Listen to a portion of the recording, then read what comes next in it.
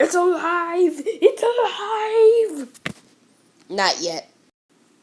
So basically, with here, I want to make some. This is an idea I've had for about a month now. So basically, what's going on? So basically, this thing, I have no idea what to call this thing. I'll just call it Apocalypse Dinosaur thing for now.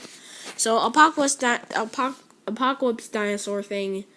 He's actually an alien, and so basically, his backstory is that he was originally in a meteor, and our meteor was headed straight for Earth, and it's a really powerful meteor, so everyone thought it was going to be the end of the world and stuff.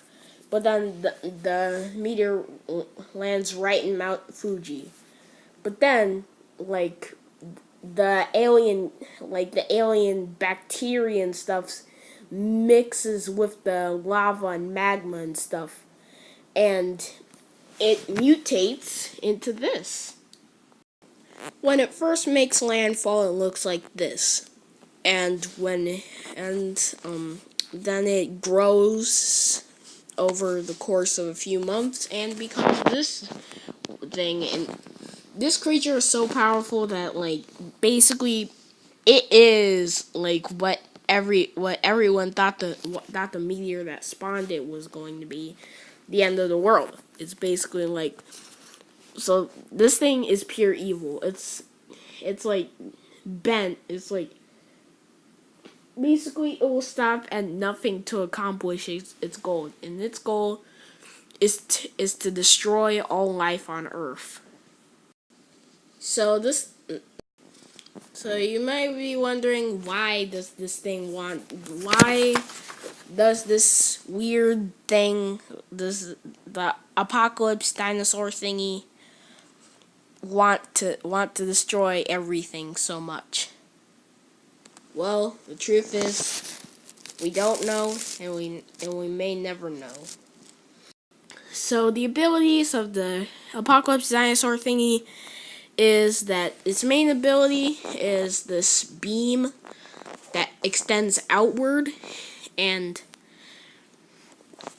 as you can see I originally intended for this to be an exploding jet or something, but then I decided, why not have this be part of the breath itself? So now the scribble is actually the end of the breath. After a certain while, it turns to steam, and the steam floods the air and basically turns to becomes hazardous to the body. Just puts layers and layers of lethal gas all around the area. Also, its horn, the creature's horn can emit sonic signals, and then it interferes with radio stuff, phones, computers. All basically it interferes with anything that has to do with electronics. And finally, usually, although the apocalypse dinosaur thingy's skin is a dark purple, it can, at will, it's not really controllable, actually. It happens sometimes when instincts kick in, when it's getting bombarded with bombs and stuff. Its skin gets red, gets hot to the touch. Anything that touches it instantly melts. And this is kind of, I don't know if it's being portrayed here. That's just a failed attempt at texture. Yeah, this thing is just going around, and yeah. Yeah, I think this is just texture, but yeah, it can make its skin really hot. Everything that touches it melts, and yeah. But there's a way to stop it. Out from an ancient tomb made specifically out of gold. comes the enemy of Apocalypse Dinosaur thingy, the divine Jerboa, Nozoko, derived from the scientific name of Jerboa. So yeah, this thing is basically a giant Jerboa with wings and and a point an elven ear, and it's coming to stop Trip. I almost called this thing Tripticon because, fun fact, I was originally going to name it Tripticon, but I realized that's a Transformer Dinobot thingy. I don't watch Transformers, but yeah. And then the this is the enemy of Apocalypse Dinosaur thing, and it's come to protect the world from Apocalypse Dinosaur thingy. So Nozoko's abilities are, it is it can shoot like a shotgun like beam, like not really. It's kind of like Gigan's beam from the Atari games. I actually had Godzilla Save the Earth. I don't know where that went, so on the PS2. So anyways, like how it works is that this creature fires a beam from its mouth, but as the beam comes out of its mouth, it instantly splits into multiple like bullets. And then they come crashing down on the target. Also, that's Nasoko or whatever.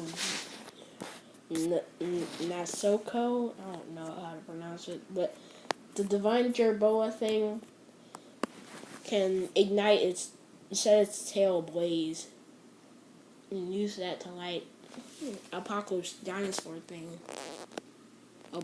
on fire. And but this attack isn't really affecting Apocalypse Dinosaur thing because burning skin.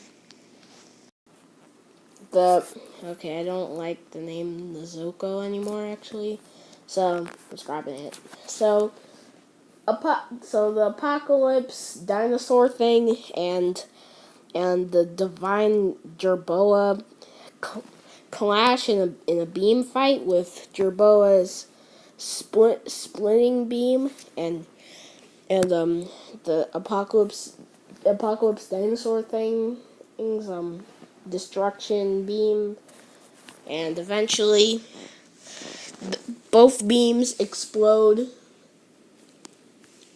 It causes a lot of smoke. No one knows who's gonna win. So then the Jerboa is laying on the ground dead, but the Apocalypse Dinosaur thing is still alive. But then some tanks and the thing falls dead. But and the ending scene shows that there still could be a chance that Apocalypse Dinosaur thing could rise once again. So obviously I based this entire thing off of Shin Godzilla, but to be honest, there was also some influence from there's some inspiration from like a actual, basically there was some information from inspiration from a script a scrapped Godzilla script called Godzilla, God's Angry Messenger, or God of Godzillas. Basically, Godzilla was like, basically the thing was like Godzilla was like a really angry thing. He wasn't nuclear or anything like that. He was like, I think aliens came to Earth in the Cretaceous and then experimented on Godzilla until he was Godzilla. Then he hatched in an egg and went crazy. And apparently Godzilla was going to be even crazier than Shin Godzilla because he had like eyes, like flashing eye beams that could cause hallucinations and other stuff. Yeah, it was a really weird script. I have not read it. And fun fact, after the script, the Toho said like, bruh, this is a little too complicated. We're get back to the drawing board. Like the writer knew that it wasn't gonna happen. He actually made a petition to get it published as a book. And yeah, that's all. The book never came out, and yeah. I hope you enjoyed the episode. Stay tuned for the fourth episode of Pretzel's Hotel coming out tomorrow, and sayonara.